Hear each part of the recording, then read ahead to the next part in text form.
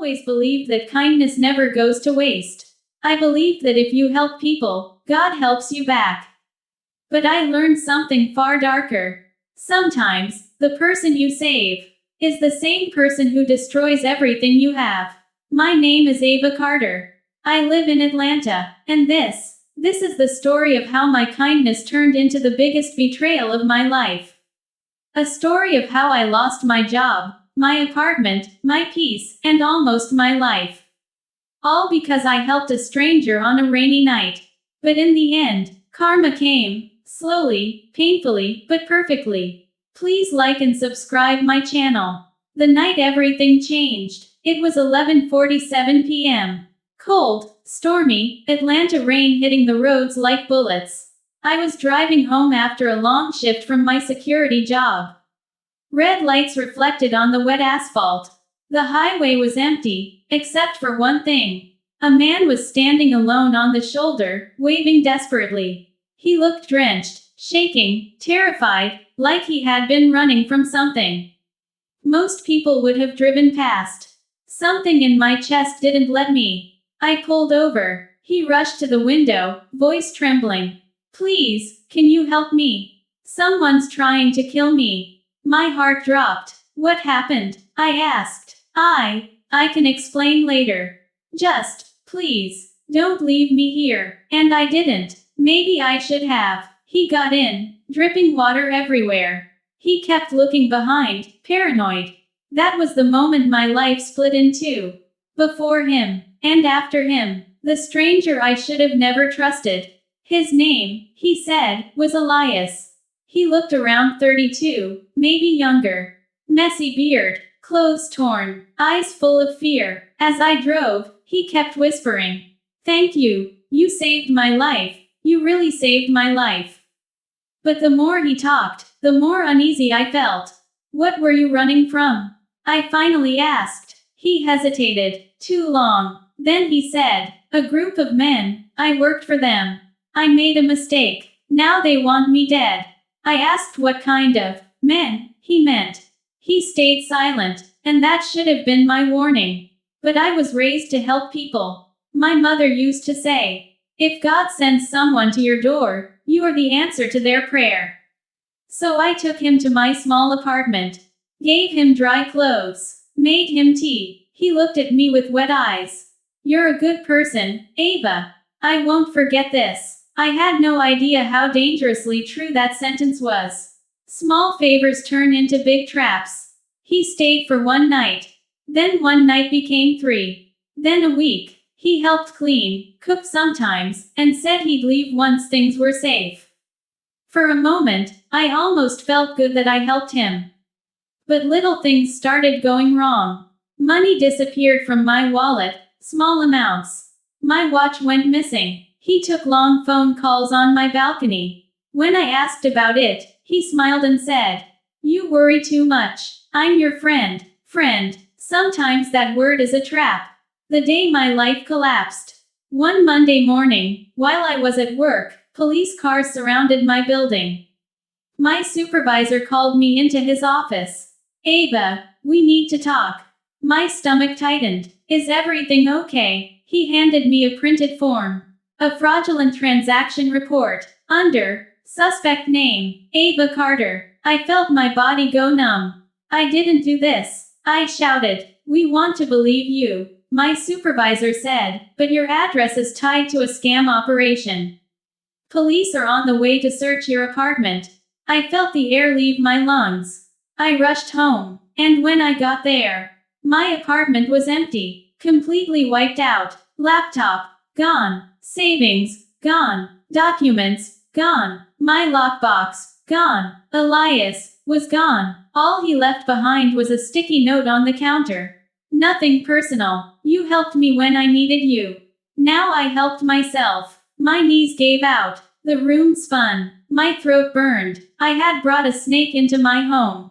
And it bit me in the heart. Falling to the bottom. The next 2 weeks broke me. I lost my job. My landlord evicted me when police sealed the apartment as part of the investigation. People avoided me like I was a criminal. And the worst part, police couldn't find Elias. He had used my Wi-Fi, my address, my identity, to run online scams. Everything pointed back to me. I had helped the wrong person. And it cost me everything. I slept in my car for almost a month. Cold nights, humiliating mornings, endless fear. Every day, I asked myself, why did I help him? Why did I trust him?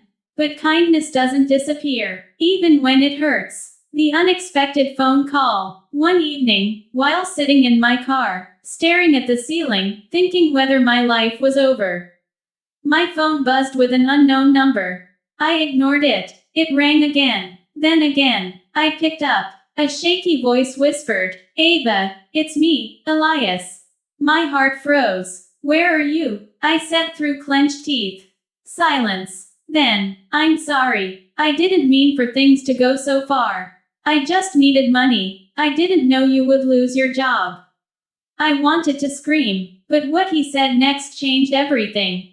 I can fix this, but you have to meet me. Tonight. I should have hung up. I should have told him to go to hell. But I needed answers. I needed closure. And maybe, justice. The meeting place. He told me to come to an abandoned warehouse on the outskirts of Atlanta. Classic horror movie mistake. But I went. Inside, the place smelled like rust and mold.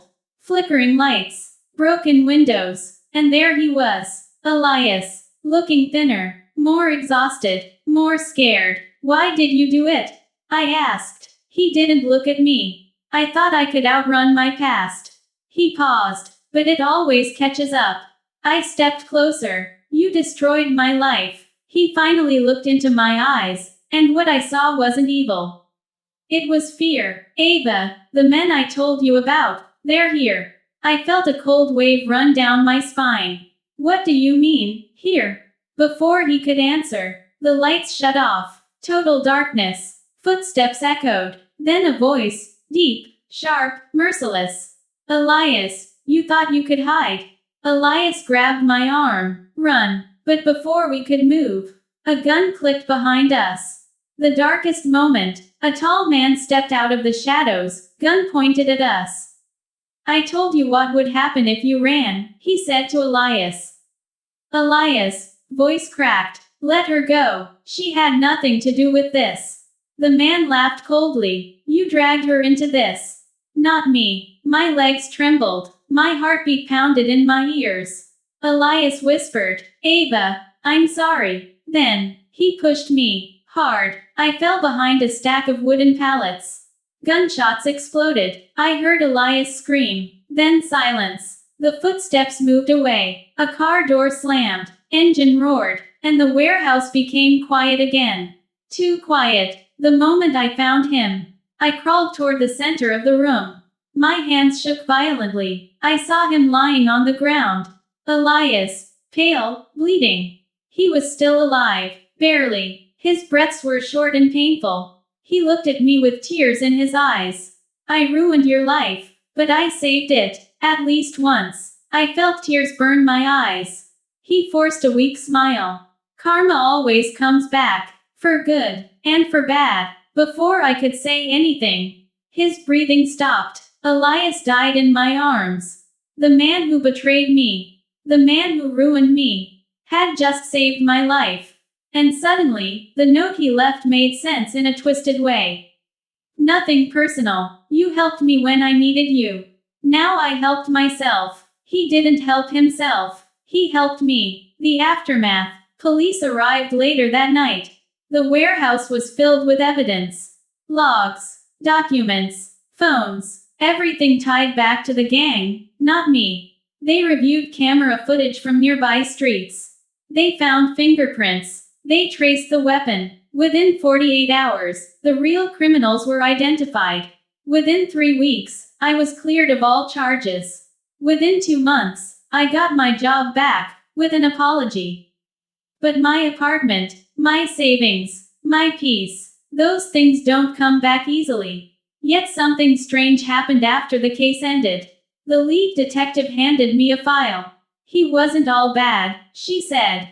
Inside the file were documents showing that Elias had anonymously transferred $14,000 he stole back to victims, including me, along with a handwritten letter addressed to me. I don't deserve forgiveness, but you deserve justice. I hope this helps you start again. Elias. My hands shook as I read it. The man who betrayed me spent his final moments trying to save me and fix what he broke. Life is cruel like that. People are complicated like that. Karma's final turn. Months passed. I found a new apartment, a better job, a calmer life. Sometimes, late at night, I think about him. About that rainy night. About everything he took. And everything he returned. I still don't forgive him fully. But I don't hate him either. He was a broken man, trying to survive in a world that broke him first. And maybe, deep down, he wanted to be good. I keep one thing from him, the last thing he wore. His old, torn jacket. Inside the pocket, there's a message stitched in rough handwriting. Be good, even to those who aren't. The world keeps score. That's the strangest part of this story. In the end, the one who betrayed me is the one who taught me the biggest lesson of my life.